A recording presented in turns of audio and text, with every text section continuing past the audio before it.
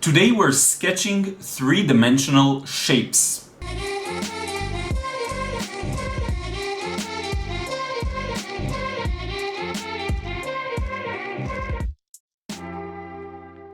What up friends, Liron here. Thank you for joining me in another video. Today I want to do something a little special. So I want us to work together on sketching three-dimensional shapes, and I'm gonna make it a little interesting because there are quite a few videos out there on drawing cubes and pyramids and ovals and things like this that talk about how to create a sense of depth and three-dimensionality. So we're gonna go a bit over that, but then I want to share with you a funny sort of exercise or doodle session that I used to do with myself just since I was really young, and I just intuitively did it because I enjoyed it, but when I think back at it, it really improved my visual perception and skills, and it's just something so simple that anyone can do it.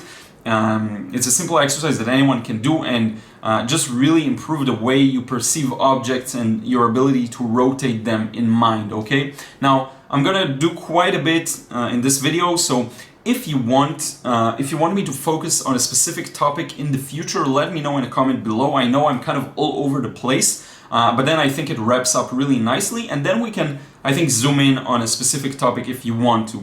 Okay, so don't forget to leave it in a comment below if you want me to focus on something specific. And with that being said, let's get started.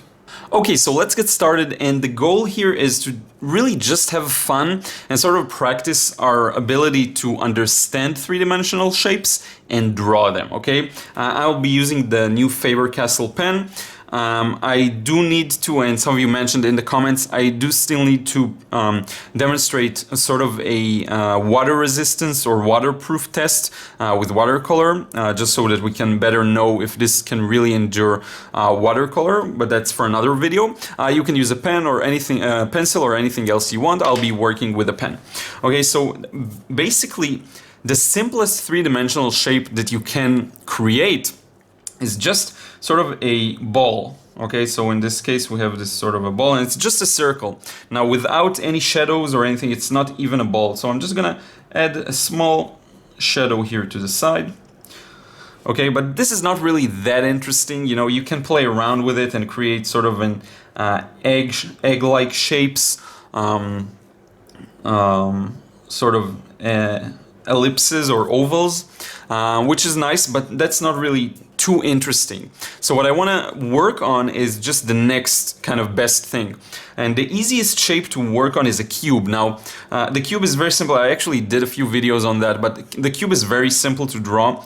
So basically it's like drawing, the simplest way of drawing it is just if you draw two kind of parallelograms or trapezoid or whatever you want to call that shape, kind of like this, and then you sort of connect all of the corners, and then you get a transparent cube, okay? There's tons of ways to do this. You can just sort of draw a square, then pull vertical lines, connect them, and you get a cube. Now, where the real value comes from is practicing drawing the cube in many different angles. Okay, so if we look at the cube straight from the front, like this, the way the arrow indicates, what we will get is just a square, okay, like this, or sort of a rectangular, depending on the cube. Now, if we look a bit more from the right, so think about it this way, we're looking at it dead on. If we look a bit to the right, we're gonna see a little bit more of its right side. Okay, and this is what I want to show you now. So we still have that kind of a square shape, but now we can see a bit of its right side. Okay, now the more we turn it, the less we're gonna see from the front and the more we're gonna see from the side. So we have sort of a little bit less of this and a little bit more of the side. Okay, and the more we turn it, we will get much less from the left side and more of the right side. Okay, so if this is the right side, let me just put in some sort of a shadow on it just to better indicate where it is.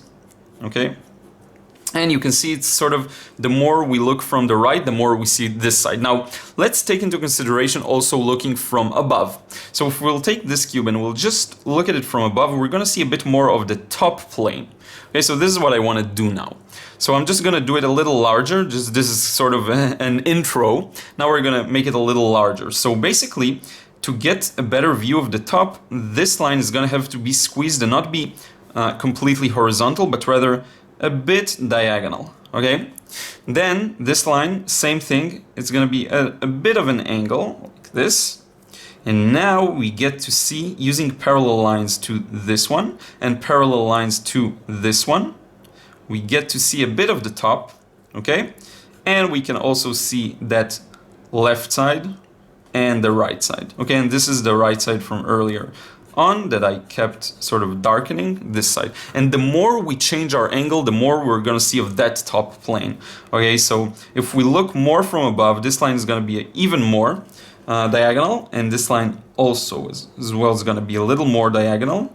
And then you get this sort of a cube look.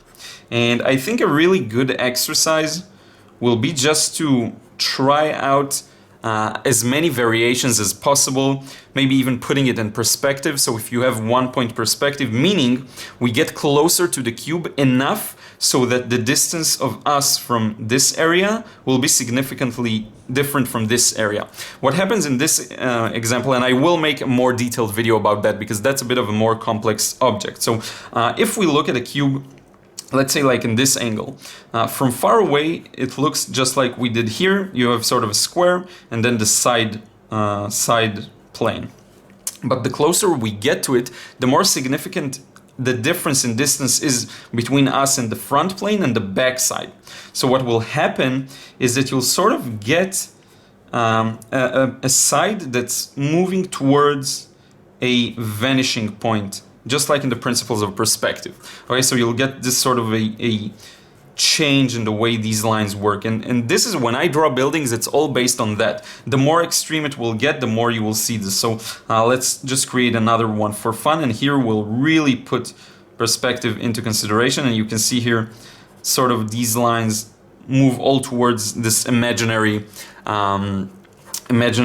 vanishing point is what it's called. Okay, and I will make a more detailed video about that, I promise. Now, this is for the cube, and I think it's a really good exercise to play around with it, move it around, try and imagine it from different locations, from different angles, and maybe also working with a transparent cube from time to time. So you can kind of turn it around in your head and try and draw it. Now, you won't always succeed. It's not really easy if you don't have that sort of perception, but with practice, you'll be able to do that. So this is for the cube. Now, we have some other shapes. For example, one simple shape is a pyramid. So we can have this sort of a pyramid that has, let's see if I can get it to look properly. So we have this pyramid, for example. Now this pyramid has 4 sides. It has one, meaning 4 sides on the top, okay? I'm gonna show you what I mean in a moment, but there is 1, 2, and then if I turn it into a transparent structure, you can see there is 1 here, 2 here, 3 here, and 4 here. So if we look at it from the very top, we'll get to see something like this. This is the pointy center, and we have 1 and 2 like this, and this is it. So for example, if light would come from this direction, you'll get sort of heavy shadow on this side. These ones are going to be a little darker, but not that dark, and you will have a cast shadow that sort of the pyramid casts to this side, okay? Now, if we move that a bit in space, so let's imagine we're lowering our angle, we're gonna get to see more of this side. So I'm just gonna draw it a little larger, so more from this side, a little less from this side, so we'll get something like this. And these sides stay kind of similar. And that way you can see, it just feels like we went a little lower in space, okay? But we're still looking at it quite from the top. Now, if we will lower the angle a bit more, we'll get to see even more of this side here, and maybe barely anything from this side, and just a bit of the side view. So when you get really to a side view, like from here, you'll only see kind of a triangle, okay?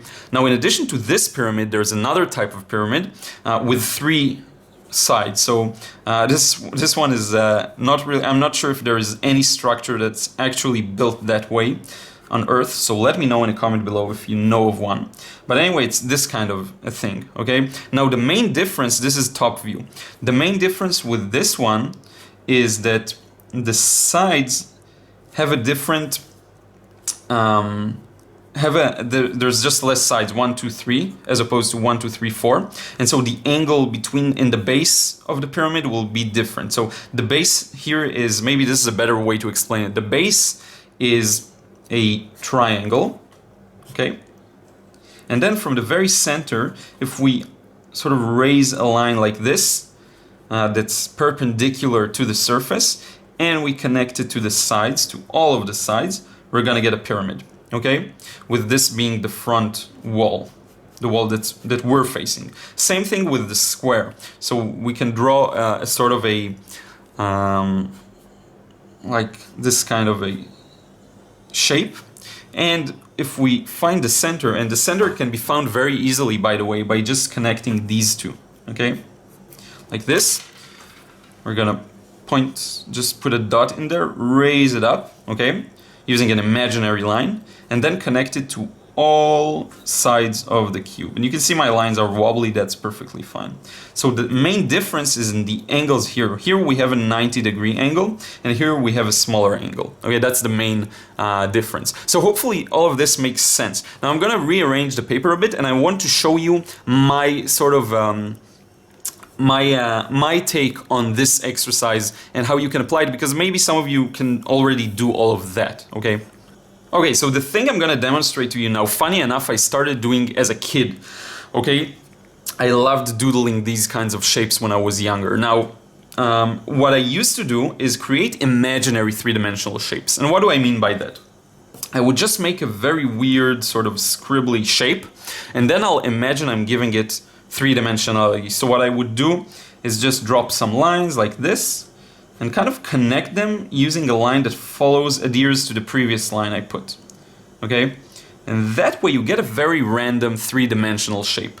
And I used to do this one all the time. And this is really good practice because it trains you in your eyes and your hand to follow the shape you already did and sort of give it a bit of a height.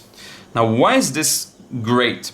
Because a very common mistake I see with beginners is, for example, if you want to draw a cylinder shape like sort of a soda can. So what you'll get is a lot of people do this. They draw the top part like that, then they draw the sides, and then the bottom is like this. And this is not the way it should be. This area should follow the structure of this, unless the shape is, when looked at from the side, will look kind of like, it's really hard to do that, but I'll try, like this. Okay, this is what this would look like from the side. Okay, maybe from sort of 3/4 it will look something like this. Okay, but nothing really looks like this except for the French fries kind of packaging, you know. Usually if you draw like a soda can or something like this, it's just gonna be a circle, 2 lines for the sides, and another circle. Okay, now if you remember, I showed you a bit of perspective here, so we can put this one in perspective too. So the way to do this is just by drawing a circle, then the lines for the sides go a bit inwards like that, okay, and then you add this rounded top at the part at the bottom, okay. Now again, this happens when our distance, our point of view to this area is significantly different from this area. So you usually won't see, you will see it a bit with soda cans if you hold them close to your eyes. But where you will see this is sometimes you may see like construction works, and then you'll have this sort of open pipes lying around somewhere, and you may see them sort of moving in perspective, okay? If you look at it more at the front, this is interesting. So let's imagine there's a hole on both sides. So if you look at it a bit more kind of from the front, you'll even get to see the opening on the other side, okay? So there's sort of like a tunnel that you can go through almost.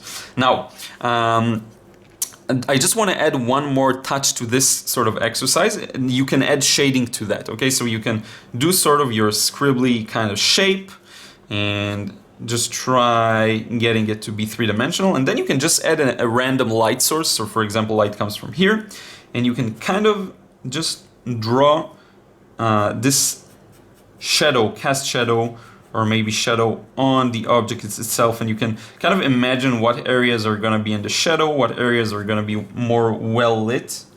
And this is just a really fun exercise. You can do this also with kind of artificial lighting. So for example, just add a bit of shadows like this. And this really trains your ability to kind of hatch and do these kinds of lines. It's just a very fun thing to do when you doodle or when you just kind of sketch for fun. This is an exercise I used to do when I was really young, and it's just very fun. You can rotate the angles so you can work to the sides. You can also skew the shape a bit so that it actually has a bit of a weirdness element to it. This is really all just experimentation. Doing this a lot and on a regular basis will really improve your abilities to sketch and to draw what you see. Because again, the basis for buildings is this, it's the cube. So if I see a building and I want to sort of draw it, or even as a preparation for a watercolor painting, that's basically sort of a cube elongated cube, and with windows, with some more details. You can see here, maybe there's an awning here, maybe there's a restaurant at the bottom, but the concept stays the same. It's just this sort of a building, there's an antenna, whatever it is, and it's just so simple once you get the sort of basic shapes to it, okay? Now, I went through a lot in this video, so what I'm curious to know is if there's anything you want me to dive even deeper. I want you to let me know, okay? Maybe you want us to sort of analyze the cube on many different angles and just zoom in on that. Maybe the pyramids, maybe this weird sort of exercise, maybe the shading part. Let me know in a comment below if you want to know more about any of these specifics, okay? I kind of dumped a lot of things at you, so you just, if you want something in specific or something in particular, if you want us to dive into any concept that has to do with three-dimensional shapes, let me know in a comment below, okay? I really hope you enjoyed this demo. Let's change the angle and wrap up this video. Okay, friends, here are all of our little doodles here. I hope you enjoyed this video, and again, as you saw, I went through quite a bit of things here. If you want me to make a specific video on one topic, or even just one specific shape, like the cube or like a pyramid, or maybe something that you want to bring up, I'll be happy to do so, and we can sort of really analyze it more deeply and really figure out things together on how to portray it in different angles and different situations, and maybe even different light conditions, okay? So I really enjoyed making this video for you. I hope you enjoyed it as well. If you enjoyed it, don't forget to subscribe here on YouTube, and also follow me on Snapchat and Instagram, where I share more things on a day-to-day basis, especially my outdoors, on location sketching and painting processes. And so this is it. I hope to see you again in the next video, and until then, take care.